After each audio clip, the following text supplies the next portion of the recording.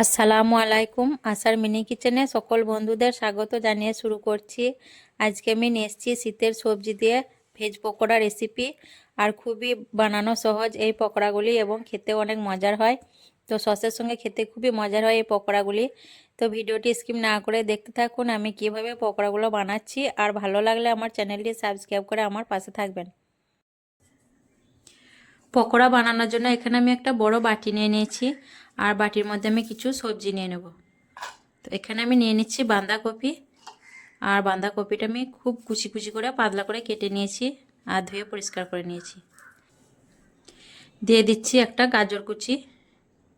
গাজরটাও আমি পাতলা পাতলা করে কেটে নিয়েছি। দিয়ে দিচ্ছি দুটো মাঝারি সাইজের পেঁয়াজ কুচি। দুটো কাঁচা লঙ্কা কাঁচা পাকা মিলিয়ে কুচি করে কেটে নিয়েছি। 4-5টা রসুন কুচি করে কেটে নিয়েছি। অল্প পরিমাণে আদা কুচি, ধনেপাতা কুচি, ক্যাপসিকাম কুচি আর দিয়ে দিচ্ছি কুসুমের বীজ। তো এখানে আমি কিছু সবজি নিয়েছি আর আপনারাও নিজেদের পছন্দ মতো সবজি নিয়ে নেবেন। দিয়ে দিচ্ছি পরিমাণ মতো নুন, 1/2 চামচ হলুদের গুঁড়ো, 1/2 চামচ লঙ্কা গুঁড়ো। ঝালটা নিজেদের পছন্দ অনুযায়ী দিতে পারেন।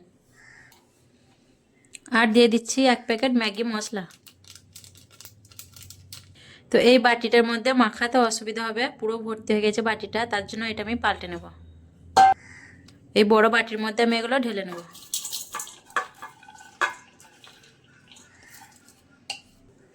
তো বড় বাটির মধ্যে আমি সবজিগুলো নিয়ে নিলাম। এখন একটু হাত দিয়ে মেখে নেব।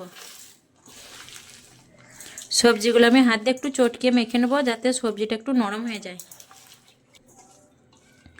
সবজিগুলো আমি একটু ভালো করে মেখে নিলাম।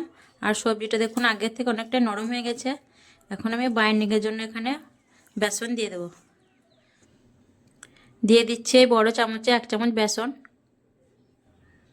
আর 1 চামচ কর্নফ্লাওয়ার। কর্নফ্লাওয়ারটা দিলে পকোড়াটা মুচমুচে হবে।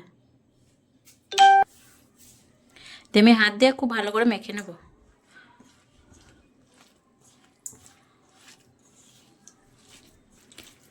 তো এখানে মনে হচ্ছে আরও একটু বেসন লাগবে, তার জন্য আমি আরও অল্প বেসন দিয়ে দেব।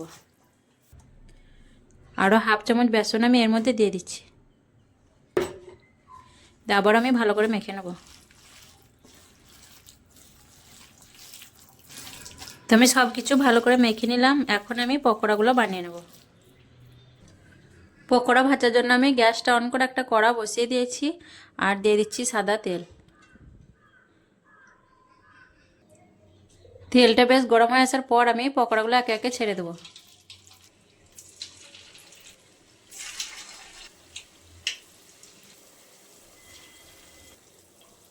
বেশ কিছু পকোড়া আমি তেলের মধ্যে ছেড়ে দিয়েছি আর কিছুক্ষণ হওয়ার পর আমি পকোড়াগুলো একবার পাল্টে নেব। আর পকোড়াগুলো কিন্তু লো টু মিডিয়াম হিটে ভাজতে হবে, তাহলে ভিতর থেকে খুব সুন্দরভাবে মুচমুচে হবে। একদিক কিছুক্ষণ হওয়ার পর আমি একটা কাঁটা চামচের সাহায্যে পকোড়াগুলো উল্টে পাল্টে ভেজে নিচ্ছি।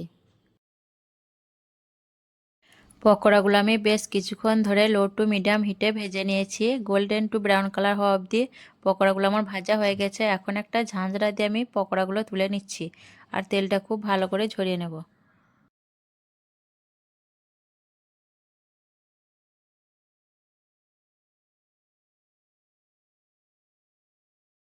বাকি পকোড়াগুলো আমি একইভাবে তেলের মধ্যে ছেড়ে দিচ্ছি।